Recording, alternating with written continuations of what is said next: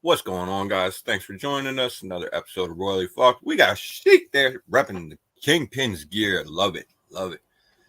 We got a pretty good list for FOC this week.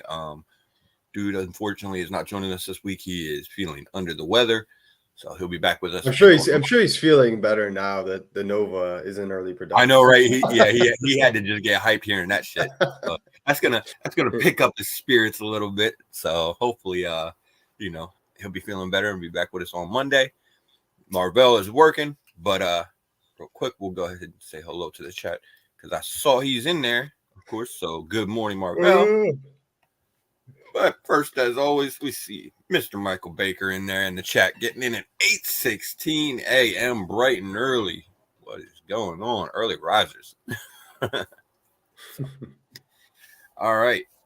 Well, we're going to go ahead and jump right into it this week because we got another good list. I'm going to pull this up here so we can go.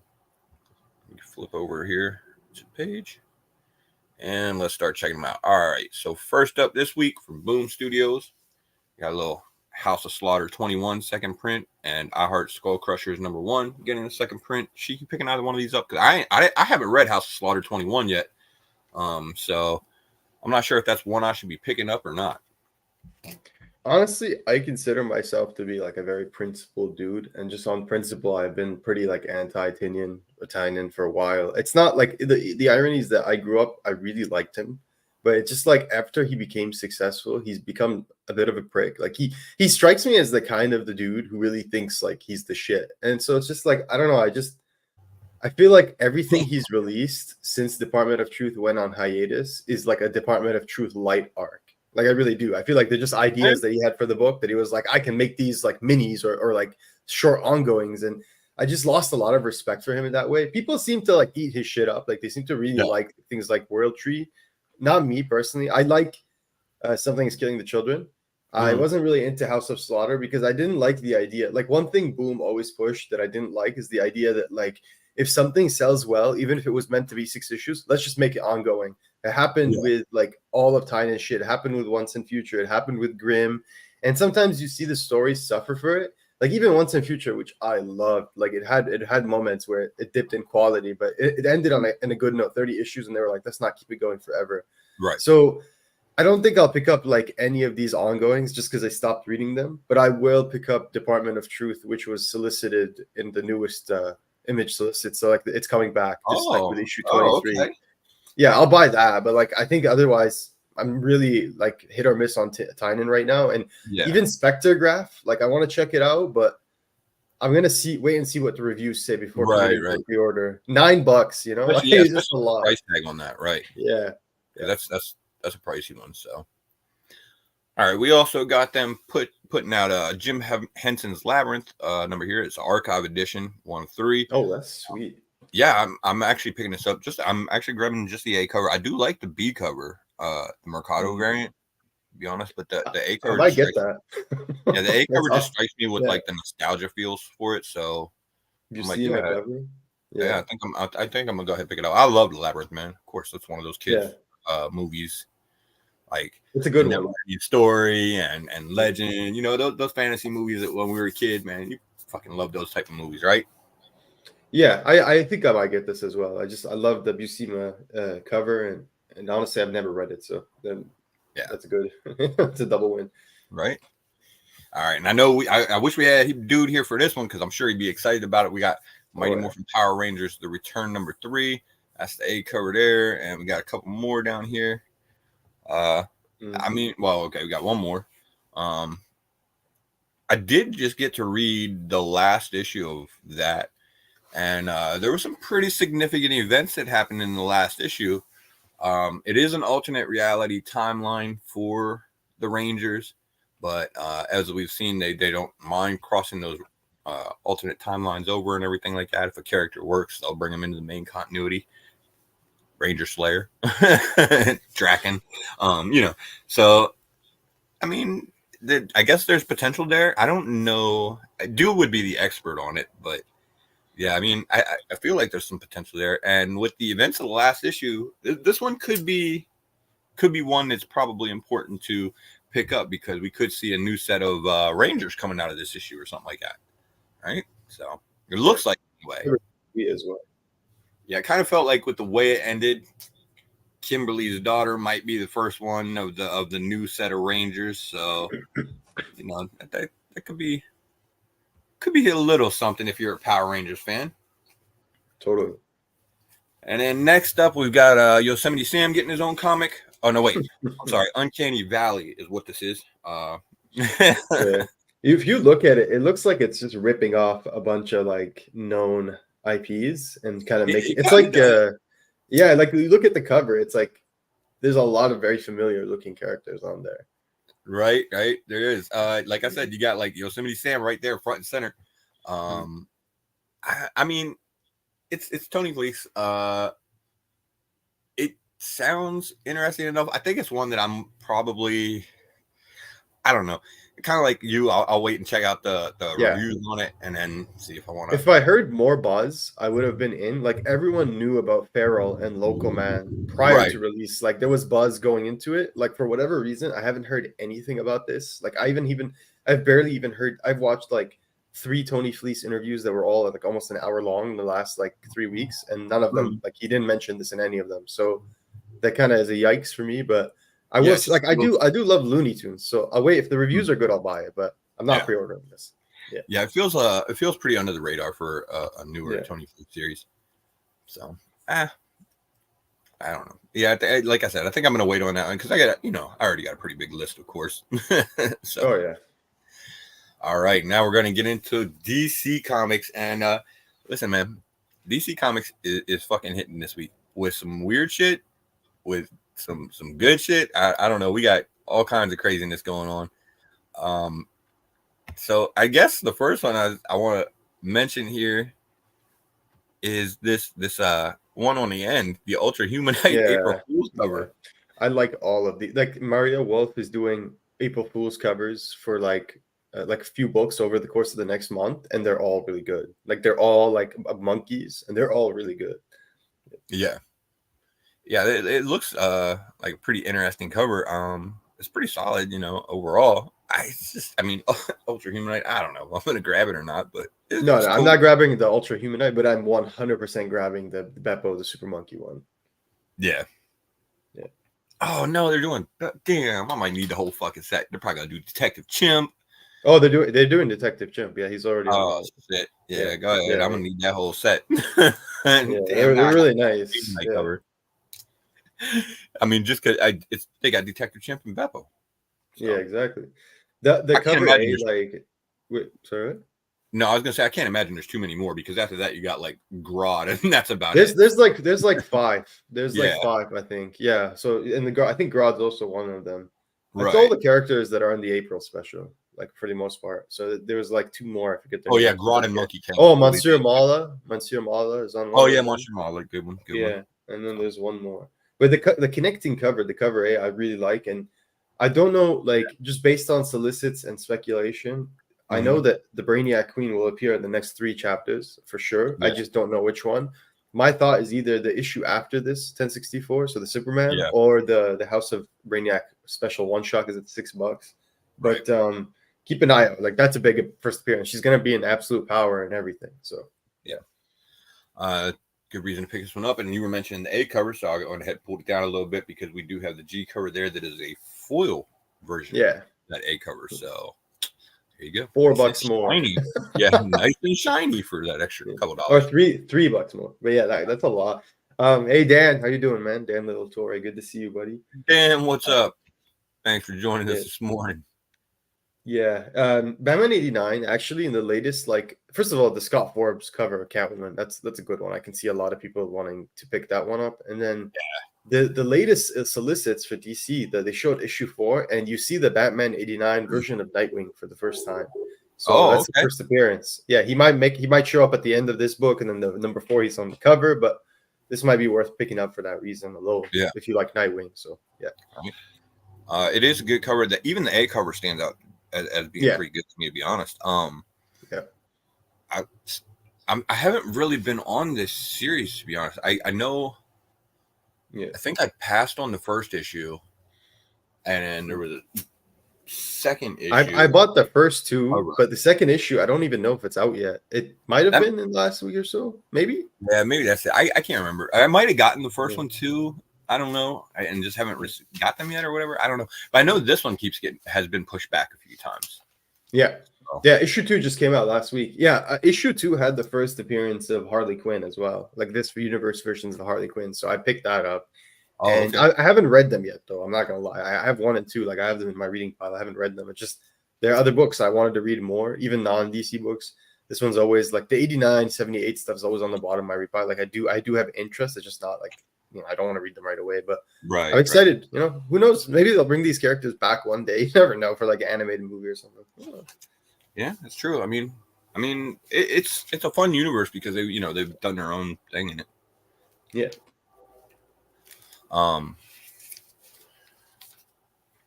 We got next up. The Batman and Robin number 8, which is probably been for me one of the best series coming out. I love the Batman and Robin series. I like it. It's a little soft, I think. Like it's too much like greatest fun hits. read so far. Yeah, I know, but it's like you have 2 like super traumatized characters, and I like that they're healing, but I kind of wish they did a little bit more like serious conversation. But it's right. It is a very lighthearted, like very nice, fun book. It's almost like Batman and Robin by Tomasi without any of the like the serious stuff. It's just all the good times. Yeah, so it's nice. I like Flatline a lot, so like that made me happy. And then that cover, like the cover beat, that I think that's like one of the best stuff. Fantastic. Yeah. And they're getting a little team up with Shush in this one. Batman's teaming up with Shush, it looks like, to take down Man-Bat because apparently he's wearing all his fucking shit. Yeah, I gotta say though, that here's the thing for me. I want to point out this D cover from Jim Lee. I mean, I know Jim Lee's been doing a lot of them and everything like that, and kind of been like, whatever. It's kind of you're seeing a lot of Jim Lee covers from DC lately and everything like that. But man, this Batman Who Laughs is fantastic. So I'm a huge fan of that character, so I'm definitely picking that one up. But I was gonna say, like with Batman and Robin, so up until recently, Man-Bat has been on kind of a redemption arc. Right? Dude, I hate that his symbol is literally just Batman's symbol upside down. Yeah, right. That's like literally that's his new symbol on his belt. It's like literally Batman's sign upside down. But like up until this series, Man-Bat has been on a redemption arc, and then all of a sudden this series comes out, and it's like, nope, we're gonna completely flip the script on it, and all of a sudden he's a villain again. It's like maybe sometimes the creators don't really read the other. I don't think Batman like characters will ever truly have that. Like even Ezrael went through that when he was on Tynan's run, when he became a good guy, part of the team. Same with Clayface, and then they're back to being villain. I think like I think some characters' villains are too iconic to rehabilitate like that to that extent. I think it works with something like Rudy. I forget what his fucking name is in.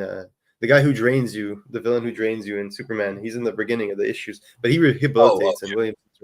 Yeah, Parasite. Yeah, like he's not even the first Parasite; he's like the second or third Parasite. He gets rehabilitated, and I think with a character like Parasite, it works because you can just have another Parasite, and then there's just like different mantles, more like. But with a character like the Clayface, even though you can have different mantles, like they took the most iconic Clayface and they rehabilitated it, and I'm like, this is going to work for this arc. The moment Tynan leaves the book, he's not going to be part of the team anymore. I guarantee that. So it's like, I would not place any stock in like them rehabilitating characters. And I think them like trying to give Man-Bat a new gimmick, which is like he's smarter now. He's more in control of his like motor functions. He's less like animal when he's in the Man-Bat version, and he's like trying to convert these people like a cult who believe in him. That he's trying to give them Man-Bat powers and shit. I like that angle a lot. I think a really good writer like a Scott Snyder or someone of that level could really take something and do something to take that idea and do something special with it. But I do like what we're doing like with the book right now in that character. It's pretty fun.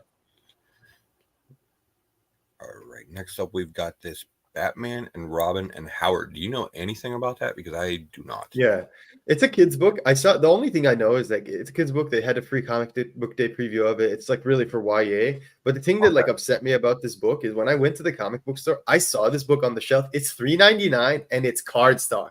It's like legitimate cardstock. So I was thinking to myself, like, Why? Is it because it's a YA book that like Yeah. you're charging like $3.99 only for a card stock? Because like all the other books to get the same stock, Mhm. you need to pay $4.99. Yeah, And another exactly. thing, yeah, that Batman Dylan Dog book is actually Mhm. worth buying. So Dylan Dog is like an Italian hero. Like everyone in Italy knows him, kind of like Tintin, but for Italy, like in that sense, in terms of popularity, because like Tintin's huge in Belgium and shit.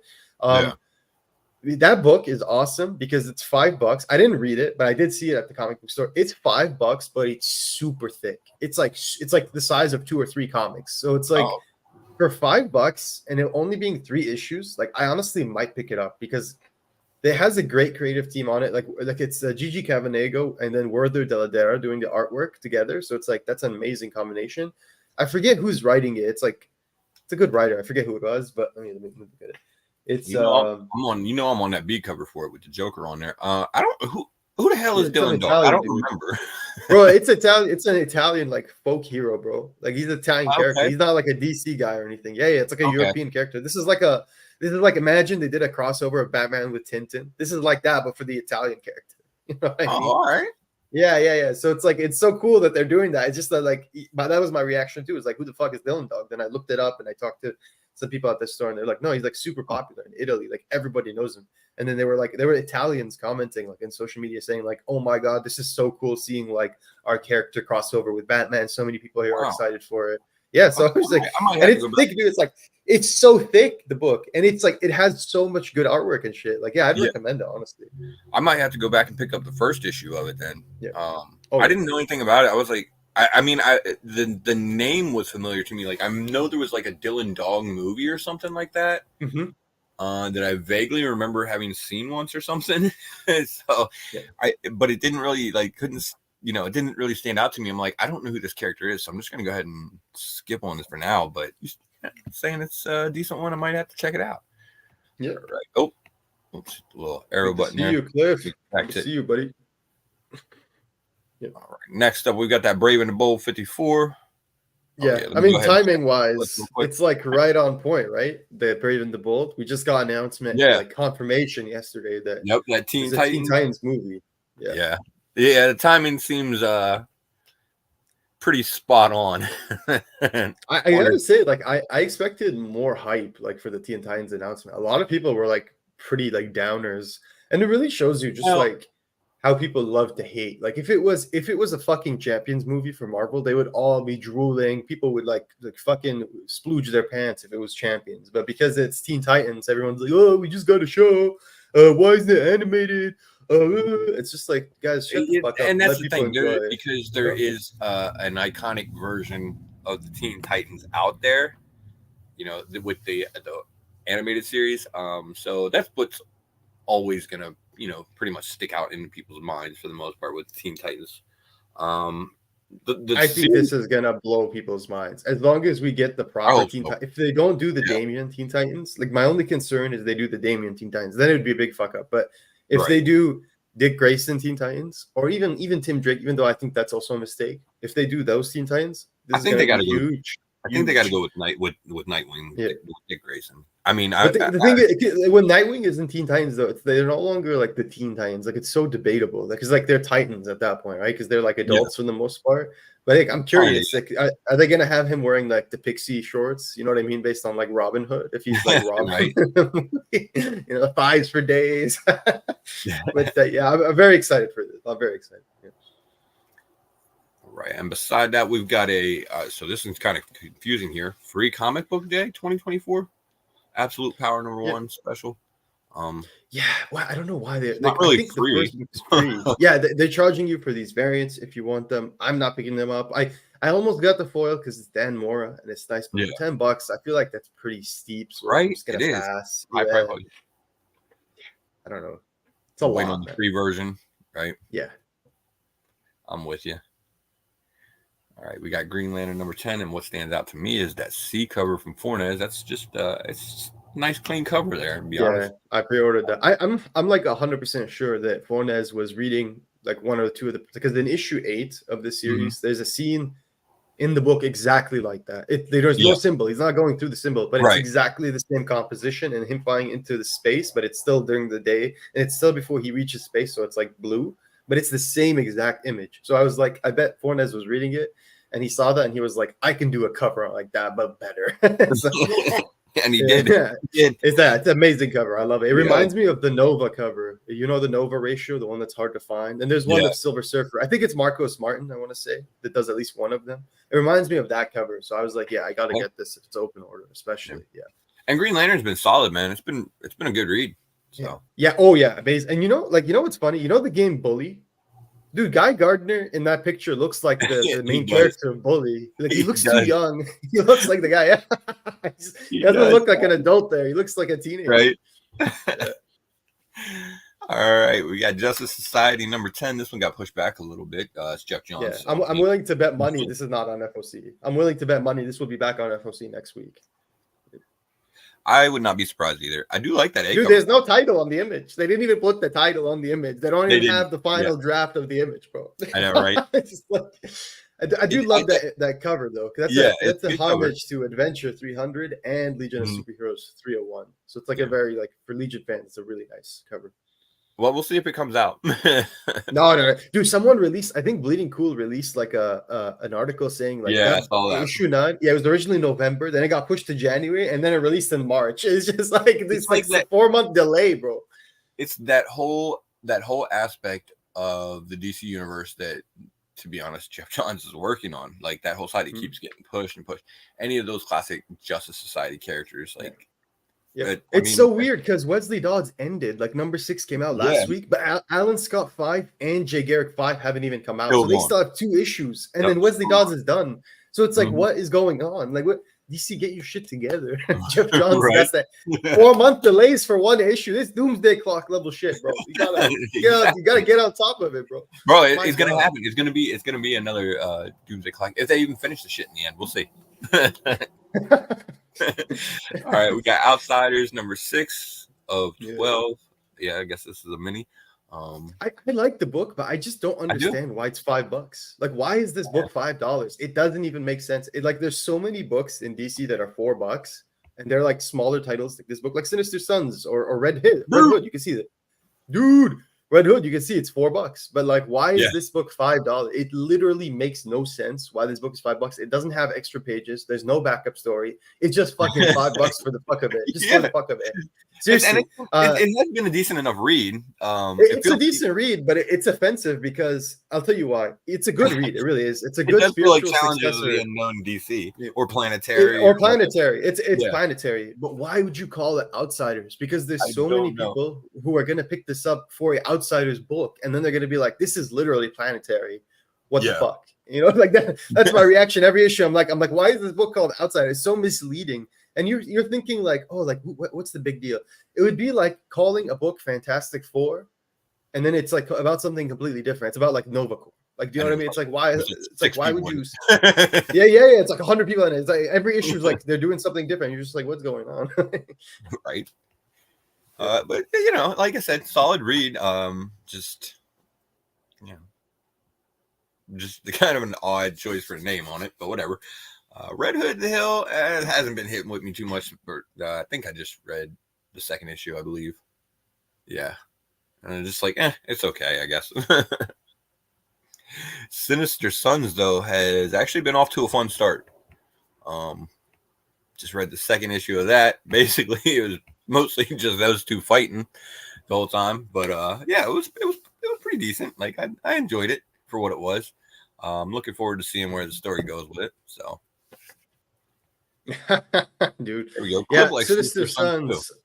I like Sinister Sons. I like Super Sons. So having you for it's not the best book. I'm not gonna lie. I don't think it's bad or anything, but it's just not as good as some of the other good books at DC right now. But I'm okay with that. I like Tomasi. I like La Fuente. It's just okay. It's a fun little read, but it's nothing like super serious. Nothing. Right. I hate this. Look at this hair. Look at this haircut. That's just bad. Right. I hate that haircut. Like it's not a good look, but it looks like mullet Superman. It does, and it's just like so edgy. It has like this. He looks like Crush. You know what I mean? Like Crush and Logan. He looks like Crush. Yeah, he does look like, bro. Yeah, I didn't even notice it before, but yeah, he does. He does. He totally does. Oh fuck! Yeah, I'm not gonna be able to unsee that now. Yeah, it's a fun book, but I honestly like if you guys want better books, I could recommend better fun. Yeah. Like I think Jay Garrick does everything this book should do, but better, like somehow. So Right. yeah. All right, we got Speed Force wrapping up this week. I tried with this book. I could not get through it. I tried so hard. Look, Mr. Terrific is one of my favorite characters of all time in comics. Like Michael Holt. And he's in this book. So I bought it just for that reason. I like speedsters. You guys know I love Flash, one of my favorites. I tried to read this book. It's written in like slang, like kid slang. There's a lot of kids in this book, so they talk in like Gen Z slang. And I'm still in my like 20s, and I could not understand shit that was being said in this book. Like every time they speak, I just didn't understand what they were saying, so I gave up. I was like, it's incorrigible for me. So yeah. All right. I don't think I had as hard of a time with it, but I'm kind of there with you. Like it was just. Bro, they start talking about some rappers and shit randomly out of nowhere. It's like, why are we talking about like some random made up rap? It's like it's not even based on anything real. It does feel like a little bit of a weird kind of book. It's so weird. It's such a weird book. I don't want to say it's bad because it's not. No, it's I don't think it's bad. It's just. Yeah. It's not good. Okay. Yeah, it's just it's just about as okay as it can be. Yep. All right, Suicide Squad Dream Team #2. I didn't read the first issue of this. I don't know if it's out yet or not. Yeah, I bought it. It came out last week. The only reason I bought this book, I first of all, fuck Suicide Squad. Let's put that out there. Truly, I hate that team so much. The only reason I bought this book is because on the cover it says Countdown to Absolute Power, and it's like a book that sets up absolute power. And like like it kind of does. Like, yeah, there's some shit that happens in it, and it's cool that Nicole Maines is writing it. Like the girl who plays Dreamer in the CW and shit. Like, it's cool that she's writing the book. Like, I think that's pretty cool. Kind of like Iman Vellani did the Miss Marvel books. Right. Yep. And it's actually well written. Like, she's not a bad writer at all. It's just like there's just a bunch of random characters. Like, that's the only real thing that like kind of was annoying. But I thought like they did a good job, and the ending was actually pretty intriguing. Like, for sure, this is going to tie into Absolute Power. So I'll check it out for that. But I don't know. I say if you don't love Suicide Squad or if you're not like really into it, it's not worth picking up.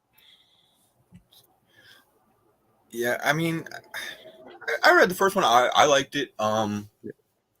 It is good to get to see them using the new character, Dreamer. And them, tying the character into. She's literally an old character. You know that, right? Like there's a Dreamer from the Silver Age. Yeah, like Legion Dreamer. They just took this. Yeah, they kind of brought her and back. made her a descendant. Yeah, they just made her a descendant of that girl, and they were like, okay, now do your thing. And it's just like exactly. Okay, sure, whatever works.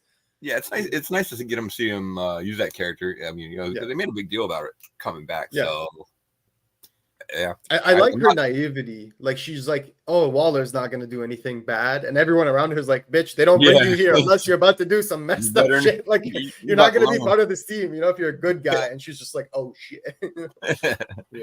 Oh, Ancestor. Yeah, there you go. And let's go ahead and mention the Batman First Night #1 getting a second print. That is a pulp variant. I hate that it's literally just the cover B. Like, they just I know, but it is good. It's nice. It's a gorgeous cover. Yeah, I mean, I did read that. I have actually. Right. Yeah, it was really good, right? So right here, there you go. Boom. It was really, really good. The art's amazing, and there's one page in particular because it's if you guys know, it's like old school Batman. This page just rocked it right here. Just him, just like crashing out the thing. Awesome artwork. Yeah, really good book. I definitely will be staying with it, and I quite enjoyed the first issue. Batman actually does detective work in this book. That alone makes it worth purchasing. Hey, whatever happened to that fucking Gargoyle of Gotham or whatever the hell it was? It's just delayed. The Grandpa's doing everything, so he's just taking his sweet ass time. I'm okay. Like, with a book like that, I'm okay waiting for it because I know it's a premium product, and I know for the most part, it's just one guy doing everything. And he's really good. So I'm willing to wait for the quality. The one that pissed me off was the Last Days of Lex Luthor, which came out like last year. And then they just never resolicited issue 2. And it's a 3-issue mini. So it's like one issue came out. And then Mark Waid and Brian Hitch bitched about like how DC released it before they wanted it to be released because they said they weren't ready. They had to do more work. Yeah. So they're behind now. And the second issue just never got resolicited. So we have no idea when it's coming out.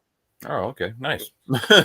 It's Good like, it's like way to Swamp do it. Thing Green Hell all over Right? again. Yeah, Yeah. exactly, Yeah. exactly. That's exactly what I was thinking too. Fucking Green Hell. That's exactly Yeah. the one that popped into my head. All right, we're gonna go ahead and jump into Marvel now. Dude, you can come back. So we've got Amazing Spider-Man 255. Are they just fucking reprinting any random issue of Amazing Spider-Man at this point? Yeah. If it's relevant somehow to what they're doing Yeah, in the like books, they'll reprint random any issues. minor relevance at all, and we'll just give it a reprint now at this point. Yeah, pretty much. That's why I think like companies should just do what Walking Dead did, and just like either hire Walking Dead Deluxe, either hire a new colorist to recolor the issues and just do them like re-release all of them. That way, newer readers can just pick them up and make them facsimiles, or like do something like because it's like I feel like it's a good way to get people into the older stories. And even if you just give them a taste, you don't reprint the whole series, maybe just a run or an arc. Right. That's a good incentive to get those people to check out that era of comics. Like, because it's like it's really hard to commit. Like, if you're a casual reader and you want to read about like a character, say you like Spider-Man, Peter Parker, and you want to read about Silver Age or Bronze Age Peter Parker, but you don't necessarily have the money to get an epic collection, and you don't want to commit to buying the single issues because they're expensive.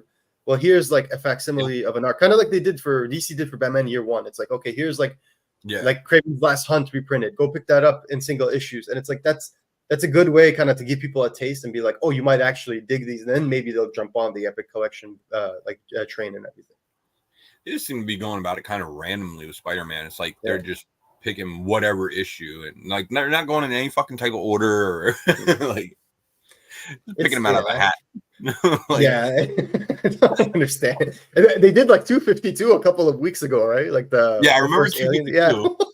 And then they jumped to some other issue or something like that. It was like, what the fuck? I don't know. Yeah. Avengers Twilight #1. Of course, we're getting reprints of some of these. #1 and #2. Got #5 coming out. How many issues is this? 5 or 6? It's 6. It's 6 issues. So we're at the penultimate issue on FOC this week, and that gorgeous like Ramona Jones Hawkeye cover, super cool new character. I love this book. This was probably my favorite Marvel book going right now, and one of my favorite books. Period. New books going right now. Like it's just an incredible series, and if you like the Avengers, or if you like Marvel, I highly recommend this book. But the one thing I dislike, just the one thing that I find a little frustrating, is that the reprints are all just recolored. They're like the same looking cover. They just recolor the title logo or the indice or whatever. Like, please, like you have so many cool. I would rather they just use an image from the book onto the cover. Like the second print for Avengers Twilight 1 had a different cover. It had like the cap cover with the guys without his mask. Just do that, man. But I also understand because like the Alex Ross covers are awesome, but man, there's some such iconic moments in this series, or like iconic to be moments, because I really do believe this will be an instant classic. And I'm like, you could have just had the first time you see Hawkeye jump out of the vents when she like sees Cap trying to do the thing, I'm not gonna say more, but I was like, that could have been a cover. That could have been a cover right there. You know what I mean? Yeah. All right, we got the Lightning variant too. Those are very Dark Knight Returns. Like it's just blatant Dark Knight Returns. Yeah. Right. I do like that Acuna cover with Hawkeye on it. Yeah, I love his artwork. It's fucking nice. Yeah, man. She looks so badass, man. Yeah, she does. It almost makes me want to get it over the A cover, but the A cover, man, this set is looking real fucking nice. Yeah. Oh, I can't. I agree with you 100%. The set is a must. Like I guarantee some Marvel fan or someone who just loves the series, maybe even me, is gonna get the titles like once it's complete, all 6 issues, and just put them in the wall side by side. They're gonna look so good. Right? Exactly. Got Beware the Planet of the Apes. I'll be honest, I'm not even reading it. I read the first issue, and I was just like, okay, it's Planet of the Apes. I don't really care. I'm not reading this, but I do respect the hell out of Marvel for putting this book out. Like, if I were in a more Planet of the Apes like headspace right now, I would 100% be picking this up. But I think I have too much on my pull list, so I'm not. But I do respect that they're putting this out. I think that's awesome. I love that they're doing like Predator, Aliens, Planet of the Apes. Love all those properties. I may even get this on trade, to be honest. Like, okay, so here's the thing. I do love that they're doing, all of them, Aliens, Predator, Planet of the Apes. But Aliens and Predator, I'm willing to like sit down and read a comic or maybe a novel if that came out, or like watch a TV series or whatever. Planet of the Apes. I mean, okay, I'll go ahead and watch a 2.5 hour movie every now and then.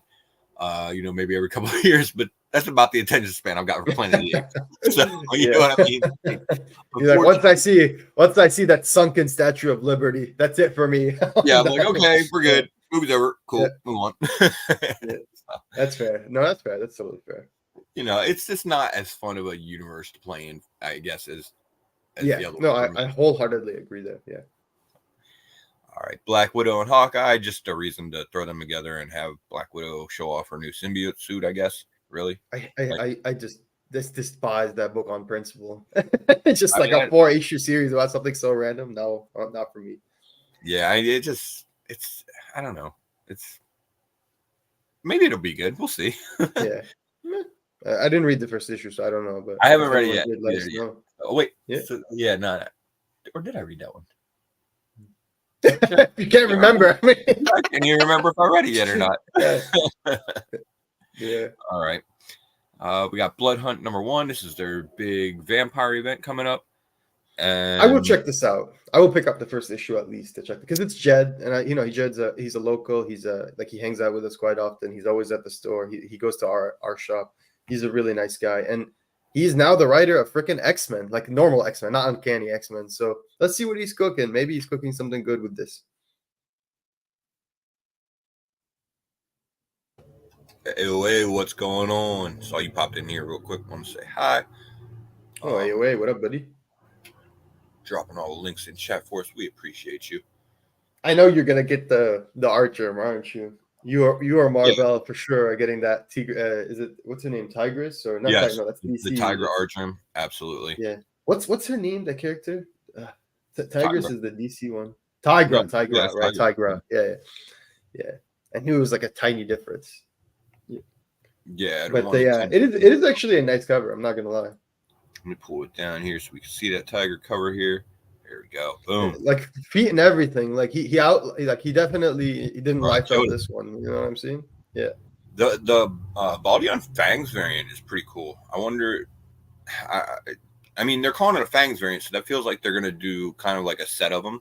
So I feel like there's more characters coming on that one. I see a lot of these covers like being picked up for certain people. Like the JTC Negative Space is a nice one as well. Very retro looking blade. Very soul plane looking blade in that one. you got the Lenyo U wrap around there. It's pretty nice. Peach Momoko got a cover for it, and then the red band cover. That's going to be the big one because Marvel's getting a little R-rated. Not really sure what's. I mean, I guess it's going to be more graphically bloody or whatever. I don't know. It has extra pages that are too explicit for the regular edition. This is a quote from them. Okay. Well, yeah, I'm going to pick up the red band version too, of course. Yeah. I mean, there's a lot of good covers for it, so. Oh, yeah. Oh, yep. Let me pull it down here. We got one more. The one in 25. That's a homage, right? To a Wolverine. Yeah, it's Crime Suspense Stories. I forget what number it is. Crime and Suspense. Right. Yeah, and then Wolverine did the same. They homaged that cover. They just did it with Wolverine. It's one of the classic Golden Age horror covers. Yeah. I've seen it so many times. Yeah. So it's a nice cover. I think Thor being on it is a little weird, but maybe it'll make sense. It could be. Maybe it'll tie into the book. We'll see. All right, Captain Marvel #7. I don't even know what the fuck's going on in Captain Marvel anymore. I forgot. I'm not reading. I love Captain Marvel. I'm not reading that book. I tried the first issue. I thought it was terrible, and I gave up. I'm behind on it, so that's for sure. I don't know how far behind. I can't remember the last issue. Baker, I was waiting, bro. I was waiting for it. I was like, no, you see that dead X-Men 4? Yeah. Favorite character right there. His one and only Jubilee, baby. Bro, that's the one too. And I'll tell you what, though, this Yoon cover is nice. It is a really nice Jubilee cover. I'm picking it up, bro. I'm getting it. Oh yeah. I hate to be the guy that says it, but I actually feel like if she was doing a bubblegum thing on this cover, it'd be even better. Like I really Oh, do. I think if she had absolutely. like a bubble gum blowing, like it would look even better. It just compositionally works. But yeah, it is a nice cover. If they want to sell this issue, release it in second print and just give her some bubblegum. That's all you need to do, and you will sell the fuck out of that second print. I guarantee you. But The comic don't, book bait is the do what you bubble want, gum. Marvel. Yeah. Do what you want. I'm just saying. All right. Fall of the House of X #4. EM Gist killing it with White Queen. Got Masafera there with a foreshadow variant. So, well, let's see what's going on I there. just want to say this before we get there because it's like literally below this, and I don't want to say it before we get there, but the fucking second print cover for Ghost Rider is literally the hood as Ghost Rider, and he just looks Yep. like Ghost Rider, like Spawn Rider. That's what it is. It's Spawn Yeah. Rider. They just literally ripped off Spawn. Like it's like you cannot. You'll see. It's like it's bad. Jubilee is in the top 5 worst mutants. She might be. She might be. It's close. Yeah, I'm not gonna lie. Jubilee is a weird one. When someone told me what her powers were, like before I knew about it, I was like, "Are you for real? That's all she does?" And like, yeah, Yeah, that's no, pretty yeah. much it. Just well, now they've upgraded her. Basically, she can make them like fucking mini nukes or some shit. Like it's ridiculousness, but whatever. You know how Marvel does that shit. All right, so Fall of House of X #4. EM Gist with the White Queen cover there. Oh shit, that's a nice one. Foreshadow variant.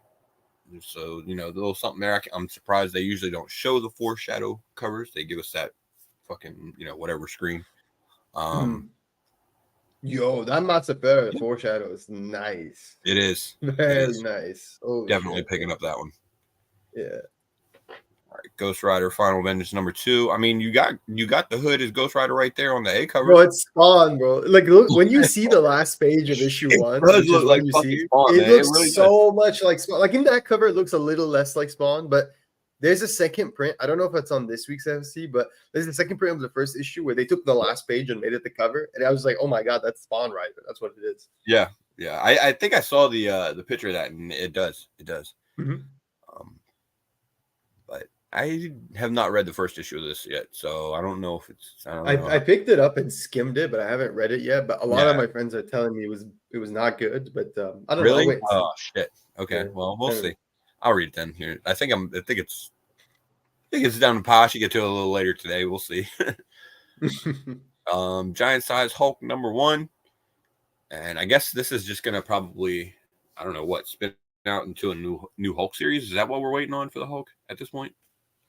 Because I don't know what is going on with there's like a story, and then it says there's a reprint of Incredible Hulk 372. The thing I don't like about these giant size like Marvel books, the ones from the last like 3 months, is that they all have a reprint and then they all charge you $7 for that reason. And I'm just like, can I just get the book without the reprint? Like I don't want to read probably have the book, right? Like, so my question is the reprint tying into, you know, what's, I guess, going to be going on there or whatever.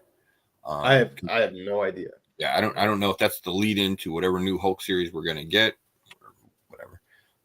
Got Stormbreaker's variant there too, and of course Deadly Foes with, you know, all of the head cover basically. They've been doing that for all the characters at this point. Yeah. Miles 19. Miles is always a solid read. So I do that up for sure. Yeah, I like the vampire variant. That's pretty cool.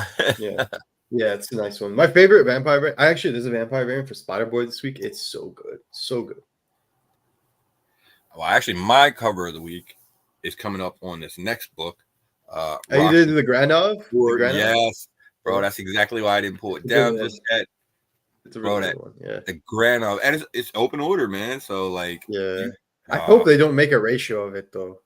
I'm sure they fucking will probably, but you know, it's just anytime you get Granov on an open order cover, man, it's worth picking up. Like the first thing I thought when I looked at the cover, other than Epic, is that like Thor does not skip like Arm Day, bro. Look at the tries, dude. Like, look at the hyper like focus detail on the tries, Jesus. Right? Yeah. Yeah, it's just a killer cover. I don't know that we really needed a new #1 because this was just spinning out an Immortal Thor, right? I think it's a one shot as well, but I'm not sure. Maybe I'm wrong. Yeah. And then are we going back to Immortal Thor, or is this pitching a new dinosaur series now. Another I number have no one. idea. It So says it's part of a vital part of the absolution mega event. That's what it says. I have no idea what that means. oh, okay, cool. I guess we'll see. We'll find out what that event's going to be. Yeah. It's Spectacular Spider-Man. Number one's Yeah. getting a second print with a 25 copy variant because, of course.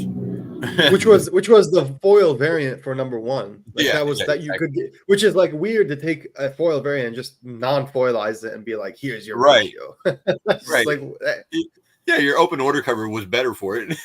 yeah, and I'm pretty sure that second print cover, that's the first image you see in the book when you open it up. It's like them swinging like right after the title page. I So think they it is. literally yeah. So I mean, I thought it was a solid first issue. Like it kind of Mhm. dragged a little bit because the time, like the back and forth in terms of where they are contextually, but I enjoyed it and I'm definitely picking up issue 2. Yeah, it was a fun read. I did enjoy the first issue. Hope it stays solid. Yeah, I mean, I don't. I agree, man. This is a weird fucking choice on that second print ratio. Yeah. I don't know why they would So do that. it's like here's it looks better in foil, but we're just gonna Yeah. take that off and make it I a don't know. ratio. It's like I okay, can't. like I got nothing. I guess because it's a ratio, maybe it'll sell. I don't know. We'll see. I don't know. I'm gonna skip the fucking ratio on that. I got the foil. We're good. Yeah, same here, exactly. Yeah. Spider-Boy, and like you said, that vampire cover, that's killer right there. Bro, for the one of the week. for me, that's cover of the week with the Batman and Robin. For me personally, like there's something I don't know if it's like the Archie style, like Dan Parent style artwork or whatever his name is, but like it just looks, it has that whimsy to it, that whimsical nature, and I just love the cover. Definitely a Tomb of Dracula. It also fits his vibe because he is like a vampire, like spider, because he has the fangs and everything. Yeah. So it actually makes sense. You know what I mean? Like it's a cover that makes sense, like thematically. So I love it. Got a couple more down here. Peach Momoko. Oh no, I'm sorry, not a couple more. We got Spider-Woman 6. That Spider-Woman 6. If you read the solicit here, let me pull up what it says. It says like. Broken-hearted, Jess decides to leave New York for a fresh start, but the trek across country will not be a smooth ride. A new adventure starts here, introducing some new faces and with the potential to become new ... champions. So if you guys remember, we got those covers with the new champions where like all these characters got like, you know, champions versions of themselves. I think there's a very good chance that they're going to appear in this book. And I think if you look at like the future solicited issues, if you look at issue 7, the new champion Captain America girl, she's on the cover of issue 7. Yeah. So guaranteed some of them are going to show up in this book. So it might be worth picking up. That makes some sense. It makes some sense. Good call on that one, Shiki. So Spider-Woman number 6 looking like a pickup for the week. If you're not on it, that might be a sleeper right there. So thank you for that, Sheik. Oh no, really? Yeah, I'm excited. I can't wait for it. Yeah, I'm definitely gonna pick it up. And the Star Wars, they've been sneaking shit. Oh yeah, dude, Star Wars, they've been sneaking shit into these covers, like the Cameron Coley variants, the Master Apprentice variants. Yeah. Like they've been doing them for different titles. And last week, I'm pretty sure y'all noticed it, but they had like Lord Balin's skull, and then what's the girl's name? I forget the name. The blonde, like Ukrainian girl, Shin Hati. Yeah, she was on the cover too. So it's like that's their first appearance in comics, at least on the cover. Like this they've never been in comics before, so. That was kind of like low, like under the radar. I feel like a lot of people might have like noticed that last minute or missed it. So keep an eye out on these Master Apprentice covers. Yeah, for sure. That one is Palpatine and Vader, of course. That fucking black, bro. That's gonna be ridiculous. Yeah, especially with like the cheaper paper, the $3.99 books. Like it's probably gonna be hard to get in a 9.8. Yeah, that's man. Fuck yeah, that is going to be rough getting 98, especially with their printing too. And the Dave Wachter or Wachter variant is really cute, like that one right there on the left. There you go. That is Babu Frick. That's Babu Frick, dude. That's a cute cover, man. I can see that like doing well because like people love Babu Frick, man. I know, right? It's a good one. It's a good one for sure. That's a cute cover, man. Yeah. We got Ultimate Black Panther. Number 2 getting a second printing, and we got number 3 coming out this week. So yeah, the Boss Logic variants have been fire on this. Boss Logic and that Kassara is pretty good. Kassara, yeah, fire, bro. The Ultimate variants, honestly, all the books, X-Men, Spider-Man, Black Panther, they have some really nice variants. It's crazy. They do. That Peach Momoko, bro. I don't know. I'm kind of like I want that because it's such a cute cover. It is very yeah. cutesy. Yeah, I'm still debating it. I'm still debating whether I'm gonna get that or not. But I love the third print like Momoko cover with like Lil May and the dolls and Spider-Man. Yeah. And more second printings, Weapon X-Men #1. They're really just pretty First Jane. Yeah, Jane Howlett. Dude, yeah. open the cover up. Open that cover up. Can you open that? Can you like make it bigger? The Weapon X-Men, or you can't? Okay, wait here. It doesn't matter if you can't. Here's what I want to point out. The girl Jane Howlett, which she's right there on the right side, right to the right of the cover. She looks so much. And then this is no shade. Like this is just an observation. I enjoyed this book. I think it's cool. I think this character is cool. But I don't know why she reminds me of like, what if you took Bloodstone and you mixed it with Wolverine? And that's what you get. That's what you get. That's what you like. It looks like Bloodstone Wolverine. Like she looks so much like Bloodstone, like Elsa Bloodstone. She's like, yo, you know who she looks like? She reminds me of Ginny Hex from. Oh, that's an even better one. And by the way, she's coming back, Ginny Hex. Oh, are they fucking doing something with her? Oh my god. Yeah, so Outsiders #8, there's a showdown between Batwoman and Ginny Hex for the spirit of Batwoman or some shit. So they're bringing her back at least for one issue. All right, okay. Nice to see her coming back, man. That's kind of obscure character a lot of people don't know about. So all right, we got What If Venom #3 and Peach Momoko. At least he's not a fucking sock or whatever he was on that one cover. Who is that meant to be under the symbiote? Like, is it a woman or is it a man? No, Doctor Strange, maybe. I don't know. Clea, yeah, red hair. I think I was like, I just looked at it. I'm like, not a bad cover, but I have no idea who that's supposed to be. Yeah, I'm not sure. So, well, it's a mystery till it comes out. I have been picking up the What If Venoms. I think there's been a cover on them that have been hitting for me. So we'll see. They have sick covers every single issue. Yeah. So, yeah. Wolverine 44 getting a second print. Dude, Wolverine's been getting second print galore for like the last 3 issues or 4 issues. Sabertooth War's been hitting, so yeah, it's good to see. All right, next up we've got Dynamite and Hercules. Hercules is getting a series coming after Hades because why not? I feel like this company is literally an IP farm. Like they have no interest in doing stories. They just want to shit covers and IPs that you know. Yeah, listen, I like Hercules. No, I mean I like Hercules too. No, I do, but like I'll be honest, and this is usually where Dynamite gets me is with the covers. They usually sell me with the covers. I'm not really feeling any of these for Hercules, to be honest. The Negative Space is okay. Like that's probably the best one for me. I'm just like, but like, You can tell like a company that cares about story. You had Middleton doing covers for Negaduck and shit. Yeah. Like, come on, man. This is what we got for Hercules. It's true. I like even the Negative Space. It's not even Nakayama. It's Rinaldi, which it's like not a bad cover, but like it's kind of like it's weird that you don't see those bigger names that you saw in the other books. But I will say, like you can tell from a company like these smaller press companies, you can tell which ones are committed to a story based on how many like covers of theirs look like pinups. Like you can tell which ones. Like they're just trying to sell you like pinup covers. They're not trying to sell you on a good story. It's purely just a nostalgia like cover thing. Yeah. And I kind of just wish, like, I don't think there's anything inherently wrong with that, but I do wish they gave creators more freedom to kind of explore characters because I feel like telling a good story would be ultimately better for these franchises for the most part than just like having a lot of covers to sell. But like, if that works, it works, right? So yeah, I agree. I mean, I don't know. Like, look, metal premium, Rinaldi foil, $100, orange blank authentics. It's like, what the fuck? You know, it's 3 rows of covers. Like, come on, you know. We get down into double Z and shit, and you know they've really made it. Yeah. All right, Jennifer Blood, Battle Diary #5. That's I do like the cover on that one. It's a nice Linzer cover, for sure. And not a whole lot of covers there though. That's awesome. Justice Talks. Yo, I'll tell you what though. This one, the color bleed, I gotta pick that one up, bro. I gotta pick it up. It looks nice. Morgana was my girl from Darkwing Duck, so definitely gotta grab that motherfucker right there. And then you got the Sweetie Candy Vigilante or whatever with, all of its fantastic covers. So if you're grabbing that, I guess. All right. Here's a big one. Thundercats #3. They just introduced a new character, Kalika, I think was her name. Mm-hmm.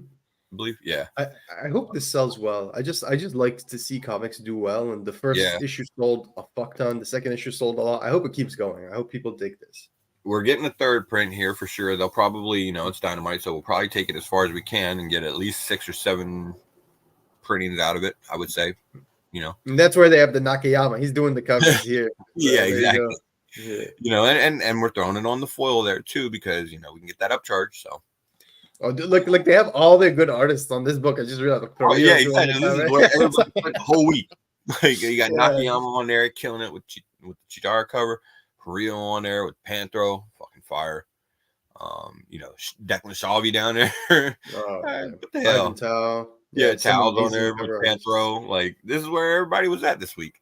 So crazy. Yeah. It was like, fuck Hercules. Everybody get on Thundercats. Yeah. Lifebelt. We got Lifebelt on it. Bro, that's crazy. Thanks for joining us, Dan, man. It's good to see you. Michael Baker, they're trying to keep up with Void Rivals 1 for most printings. Yeah. Yeah, right. Exactly. Yeah. All right, Dan. Have a good one. We appreciate you stopping in. Exactly, Baker. Yep. And that's just like, I don't know. It's crazy. Like, how do you put everybody on this one issue and not have anybody for the launch of Hercules? That's just crazy to me. But whatever. All right. So now we're going to get into the independent publishers and Image and whatever else, I guess, because why not? We got Assassin's Creed, The Fall, #1. Yeah. $10. I would have had a lot more. Yeah, nah, that price tag's what killed it for me, man. I'm gonna be honest. Like, I don't like it's so hard when you see this and then you see like Todd's like, here's like 15 new Spawn titles and they're all gonna be $2.99, guys. So you want to pick up your Spawn? It's just like bro, like Rat City and all these new Spawn books are $2.99. So it's like, what would you rather get? An issue of Assassin's Creed or like 4 Spawn books? You may probably enjoy more. It's like, dude, like I'll give it 4 books, man, and they're card stock too. Like, I don't know. I think people need to take more like they need to learn more from Todd and what he's doing. Yeah, and the other thing too with it is, I mean, Massive is basically it's just Whatnot Publishing too. So like I haven't really had like a whole lot of faith in the stuff that they put out. For the most part, it's mostly been just selling as many covers and exclusives as they can. So is Massive the Whatnot people? Is that who they are? Yeah. Okay. Yeah. Yeah. I was hoping to see Assassin's Creed end up at like somebody else, like Dark Horse or Boom or something like that. Yeah. You would think they would be at Dark Horse, to be honest. It feels very like Assassin's Creed company. Yeah. Yeah, like somewhere where they could actually get some love, but whatever. Here we are. All right. Don't know anything about Beyond Real, but we got Biomex 1 here coming out from Black Box Comics. I don't know anything about it, but it looks kind of interesting, so might check that one out. Yeah, for me, it's like with certain small press companies like Scout, Black Box, like Vault. I don't mind taking a risk on because I've seen a lot of good people work there. But like some of the less mainstream ones, I usually wait more often than not to see like critic reviews or some sort of reviews before I commit, because you saw with Aftershock, for example. There's a few books I was enjoying from Aftershock, but then they had the bankruptcy shit, and like all those books are dead.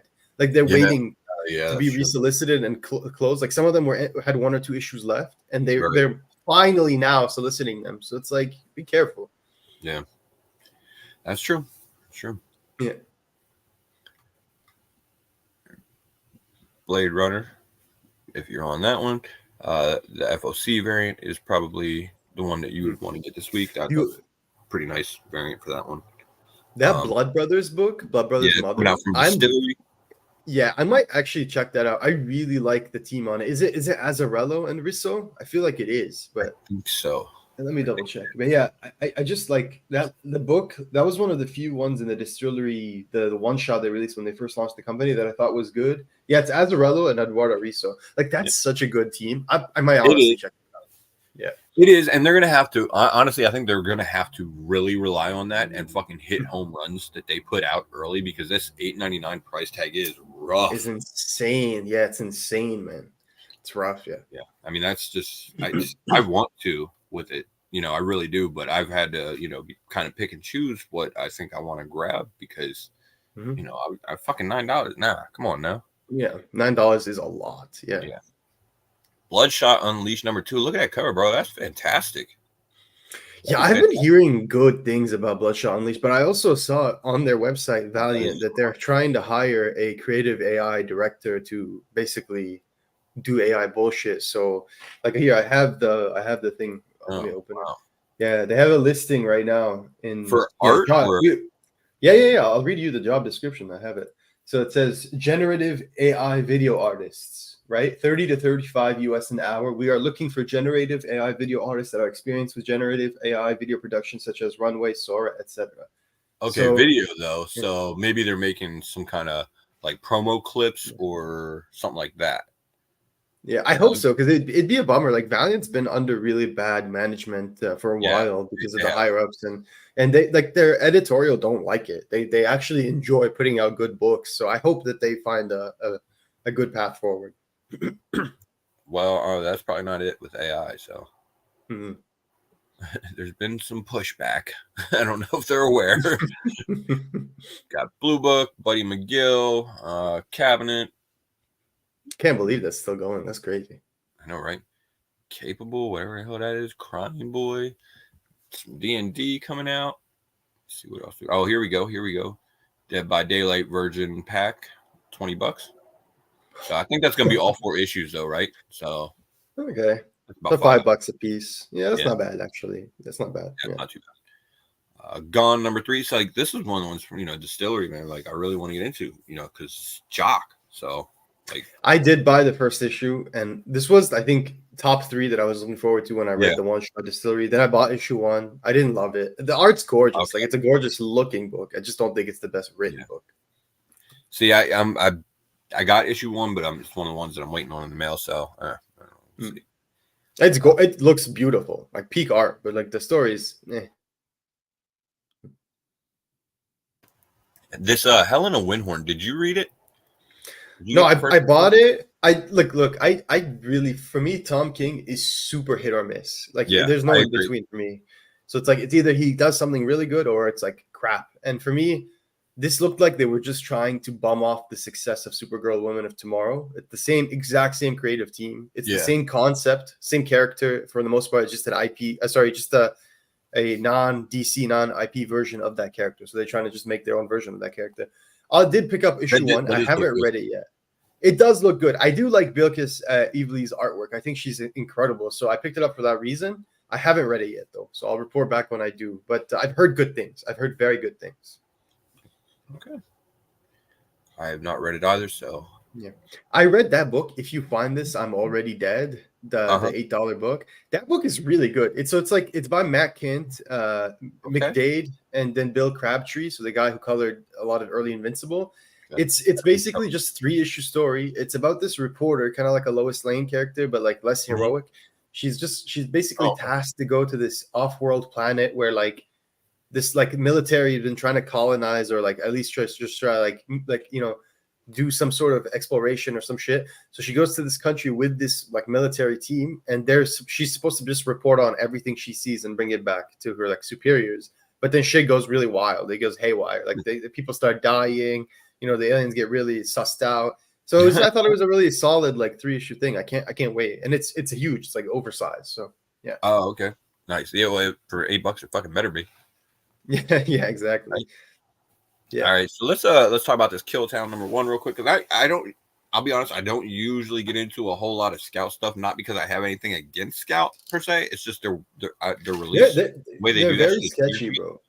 Yeah, their release schedule is like really just very weird to me. I don't know how they figure that shit out. But I mean, the covers on this they look pretty nice. So might be something worth checking out. Regardless, I don't know. We'll see. I haven't decided on it yet. Yeah, it does look pretty cool. I'm not gonna lie. Yeah. Ministry of Compliance for IDW. No, it's totally not Department of Truth or Blue Book. Just looks exactly like it. Did you read Napalm Lullaby #1? Came out last I week. did not, but I was gonna ask. Book is weird, man. I read it like a month or two before it came out. Like I got the advanced PDF, so I was really excited because I like Rick Remender, and I even just got the advanced PDF for his Grommets book, which I read. I thought that was good. The thing with Napalm Lullaby, I don't want to be unfair. I was really tired. It was like right before I went to bed when I read it, so maybe that impacted my reading. But I just didn't really understand what was happening. It was like there were like moments where I was like, okay, that kind of makes sense, but then it was just like, what the fuck? So yeah, that's what I'm it's very kind of. It's a weird book, man. It's a weird book. I'll say that, but it's weird. I didn't understand what was going on. There's the 1 in 10 if you're into it. I mean, it's Remender, so I feel like it's gonna have some fans. And I mean, maybe we just got to give it more time. I don't know. More time. I'm gonna give it till issue 3 because I think Remender's a good writer. Right, exactly. Night People getting I feel like that cover is like an homage or something like that. Something, oh yeah, I don't know. It's a sweet cover, the Simmons. Yeah. Oh, and then the moment you guys have really been waiting for. This is it's Penthouse Comics, right? Hold on. It's a different volume because there's already been a volume of the Operation Sunshine, right? I have no idea, to be honest. I feel like I recognize. It sounds very familiar. Yeah, it sounds very familiar. Yeah. Okay, so I might have to look into it. We'll see. I guess that cover is fucking killer, man. It is very nice. Yeah, but Simmons is a beast. I don't know anything about the Operation Sunshine. There might have been a prior volume. Not sure on that one. Yeah. Oh, and there's a C cover and a D. Okay, shit. All right. Yeah. From Dark Horse. Damn. All right. Dark Horse is going. Papa Duke. That's such a funny title. Papa Duke. It's coming out from Scout, and it ties into like there's a whole like universe going on with this stuff or something like that. I forget what it is or something. In development with Sony Entertainment, Papa Duke is the feared ruler of Bloodworld and the psychopathic leader of the Night of the Cadillac gangs. He is the Thanos of the Night of the Cadillac's universe. Is that even legal for you to put that reference in the I don't know. I guess they went with it. What I don't know what the fuck Night of the Cadillac's universe? Night of the Cadillac. This is what we're calling the fucking universe? Night of the Cadillac universe. Yeah. You lost me already. I'm gonna be honest. You lost me already. He is the Thanos of the Night of the Cadillac. How is that legal? How can you do that? I don't know. But I mean, I guess there's some people that are into it though. So it's pretty decent. So we'll see. Might have a future. Cool cover as well. Speaking of insane price tags, Penthouse Comics #2. So get your smut here. Yeah, we all know you guys read these for the articles and not for the gratuitous imagery, right? We guys know that you guys are very erudite, cultured people who like to read these for the articles and the information, and nobody buys the polybag pants, right? No. I would never get any. I love how it's like all the fucking people you would expect to do like the erotic covers, and then you have the cover D by Big Icky. Big Icky. on the D cover, on the D, Big Icky on the D. Arguably the most sexual cover, like there, right? Because it's pretty much you got total butt crack on there. I mean, that's literally not safe for work on that. Yeah. That is the most immersive cover I've seen of the erotic covers. I'll tell you that much because they're definitely trying to simulate a situation. Oh, you know exactly what's happening. There's only so many options. Like imagine walking up to the comic book store and being like, "Yeah, I'm looking for Penthouse Comics #2," and they go like, "Oh yeah, which cover?" And like the Big Icky cover. What like, you mean, all of them? I want that. Yeah, that Big Icky. The Big Icky. It's just like... Oh, that's fantastic. Big Icky, my God. Fucking 1 in 500. Oh no, it's limited to 500. Holy shit! Oh, like, what the hell? No, Greg Land's too busy working for Marvel, my friend. He did the Roxxon Thor cover A, right? Yep. Oh, here we go. Baker, time to wake up. Yeah, Rat City. There you go. $2.99 as well. Rat City $3.99. Oh, $3.99. Okay. That's fair. It's number one. It's number one. So yeah, exactly. It's probably We'll forgive you. Yeah. Right. I mean, I'm gonna get it. It's future Yeah, spawns. I'll give it a chance. I'm Yeah. gonna get a copy of it for sure. I hope it's good. I don't know. We'll see. We'll see. Yeah, I agree. I mean, I'm always willing to give a new Spawn book a chance because it's number one and they're cheap, and you never know. It could be something really good, something you enjoy, or maybe it'll finally be the thing that really gets me into Spawn. Who knows? But I'll definitely check it out. There it is. I knew it was coming. Wait. Baker, my friend, have I ever showed you these? Like, look, I have so many copies of these that I literally just keep spares to read, right? Yeah. Like there you go, right? Whoop whoop. Gunslinger, here's King Spawn, and then I have some random Marvel shit to it. Timeless and Spider Boy, yay! But yeah, I do have a bunch of copies of the Spawns, and I do want to read them. So yeah. You know what Spawn doesn't have though, unfortunately? They don't have no big icky cover. I can't believe someone actually was like, yes, that is what I will be called. Right. All right. We got Silicon Bandits coming out from Magma Comics. Never heard of them, but interesting. Number one. I'll have to see if that's worth checking out, I guess, on release day or whatever. I don't know. Yeah. We also have Scorched, number 28. Some more Spawn for you, Baker. That's pretty nice A cover there, and I'm sure there's a B cover. Yep, there we go. Tom Selly. Nice. I like it. Yeah, the A cover is sweet, man. Glapion is so underrated. The B cover just is like what's his name? That Kirkman character. I forget his name. The white and the black suit. I'm sure Baker will say it in a second. I have his number one. I'm so embarrassed I don't remember his name. But are you talking about Haunt? Haunt, yeah, Haunt. So Haunt is doing his best Spider-Man impression on the cover B because that's like a pure Spider-Man pose, bro. That's a pure Spider-Man. No, it really is. It really is. Yeah. I do actually have Haunt, and I remember buying Haunt. Even though I never read it, I'm ashamed to say I bought a lot of Haunt because I thought all the covers were so cool. I was every cover of Haunt. I'm like, this is such a cool cover. I need to buy it. He's just a cool character, man. Yep. All right. Saint Mercy.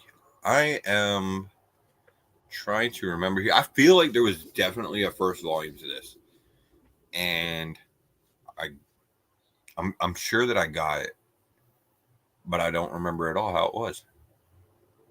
I can't remember anything about it. So. I think not being able to remember is the biggest tell, right? That's probably not a great sign for it, but I want to say that there was definitely a first volume for it, and yeah.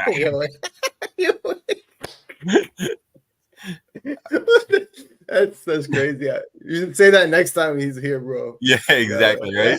I'm sure he'll appreciate it. Yeah, that was funny. I like these. A lot of these books. Like, what is this Saint Mercy? I'm actually looking at what press. Like, who does this? Image. Image. Wait, what? Yeah. Okay, that's surprising. Yeah, no, I've never heard of this. No, it's. I'm telling you, I'm almost 100% certain there's a first volume for this, and yeah. All right. That's how memorable. AOA, I think you're giving Todd too much credit, assuming he has the creativity and knowledge of how to do a randomizer. Like he probably that's why he names so many characters after people he knows. He's like, fuck, I don't want to put effort into thinking about that. Oh man, Baker's not enjoying all the Todd hate. Right now. Look, we're joking. Like we're obviously joking. I love Todd, and say what you will about Spawn or whatever, but man's built an empire off that. Actually, plus, I don't know. Hold on, I just want to say we were talking about this before we started here, and it just popped into my head. I want to. I do want to go ahead. I guess I'll do this little fucking bullshit ass rant now. So, did you hear about the contest or whatever? Chic. The Spawnuary? Yeah, the Spawnuary contest. So the winners were recently selected for that, and I guess one of the winners apparently may have used AI art or something like that. think what kills me the most about the whole situation, like, regardless, I mean, if it's AI art, I just probably won't get the cover. That's for me. But what kills me most about that whole situation is, like, I looked at the thread or whatever where he announced on Instagram and stuff like that, the winners, and there's like 800 comments about this shit. Like, it's fucking deep in the comments. And Todd's just like, yeah, I'm not gonna bother addressing it. He's like, I'm not worried about it. And on that topic, like, did you guys see, like, someone tweeted, I think his name is like James D. Leach on Twitter, and he tweeted about how he compared those images from Batman 144, the final issue of Joker Year One, where it was all Andrea Sorrentino doing the painted, and he was like, you can tell like there's possibly some AI work, and he makes like a huge thread, like really articulating like here's brush strokes where they collide with these like jagged lines, they go from like being brush strokes to like really smooth lines. The difference there is like a clear tell. And this guy broke it down. The thread got like 10,000 likes, like the first week in the thread. And it was just him like being like, I think Andrea Sorrentino like used AI art in DC Comics, and DC has a policy where like they don't use AI artists at all. So it's like DC responded by saying it's under investigation, and like Andrea Sorrentino never replied. So like I don't know, that one's really concerning. Like I would go read into that, because I was just like, he makes a very like this is not like some inflammatory asshole. This is like an artist who's saying like very politely like he did this, and then someone else was like, I took the exact page you were talking about and I used an AI like a machine thing to generate a page. Be scanned or somehow. And he was like, the page I generated was almost identical to the page in the book, and he's like, I used just a prompt. So I was just like, man, this is bad. So it's out there, guys. Like, be careful. Yeah, even in the big too, apparently. Yeah, you just have to decide, I guess, if you're gonna support it or not or whatever. I don't know. So, Star Wars High Republic Adventures Phase 3, number 5.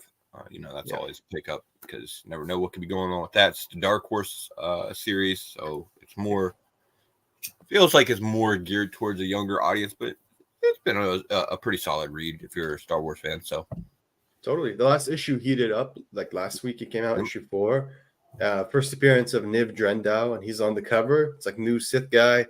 People were scrambling to get it. I think it hit up to 20-25 Canadian on eBay. So if you want a potential key or whatever, it might be worth a pickup. So yeah. There you go. It's got some more TMNT for Hyper. Saturday Morning Adventures, number 12. I'm not sure if this is the last issue of the series or not. I think it was going 12, but I don't remember. Could be wrong. All right, and we got to bring this one up. Transformers number 7. Yeah.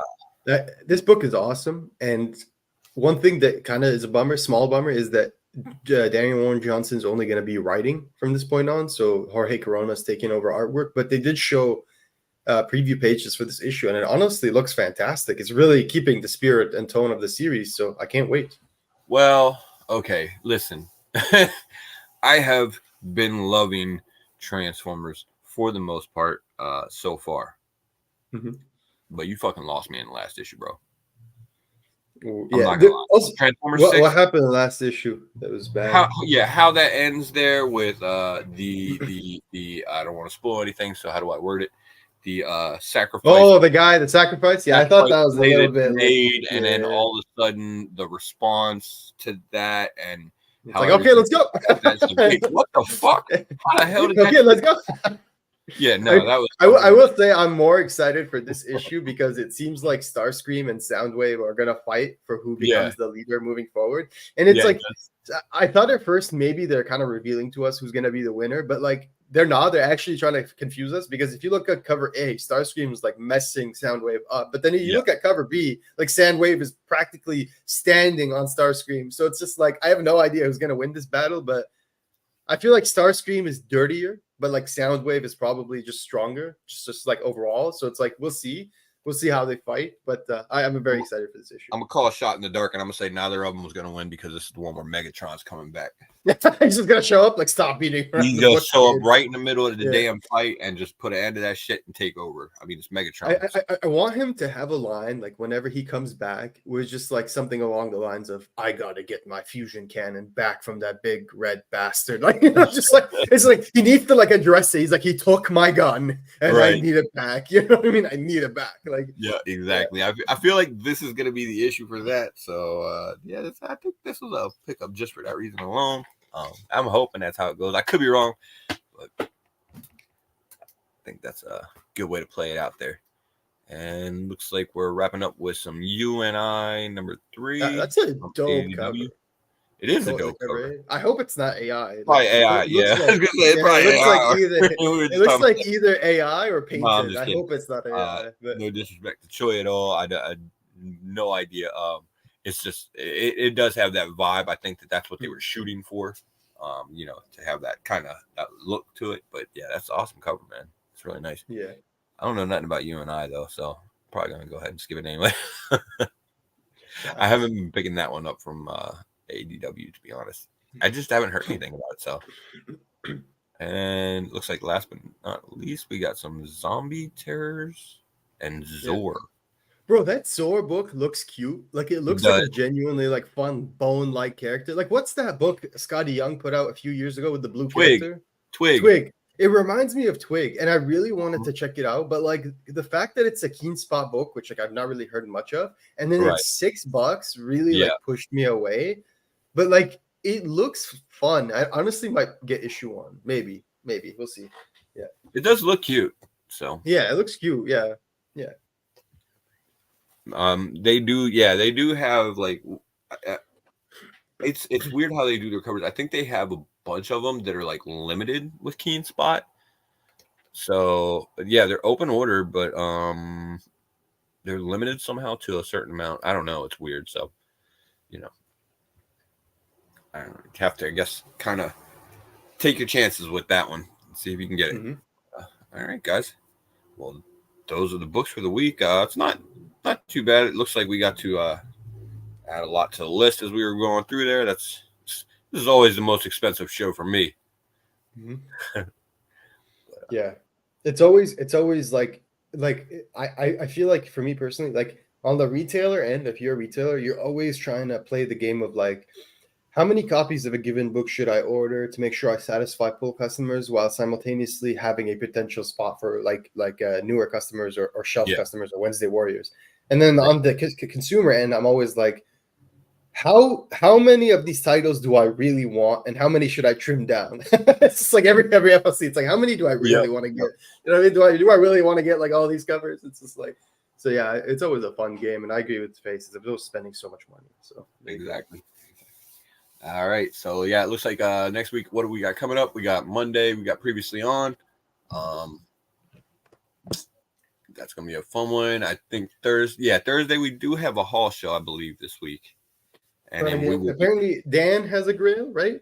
Dan has a grill. Believe so. I believe so. I don't know if he's popping on or not. I think he was trying to, but we will see how that plays out. But yeah, that's what we got coming up for you guys. So we appreciate you joining us, and we will see you back here next week. Peace. Later, guys.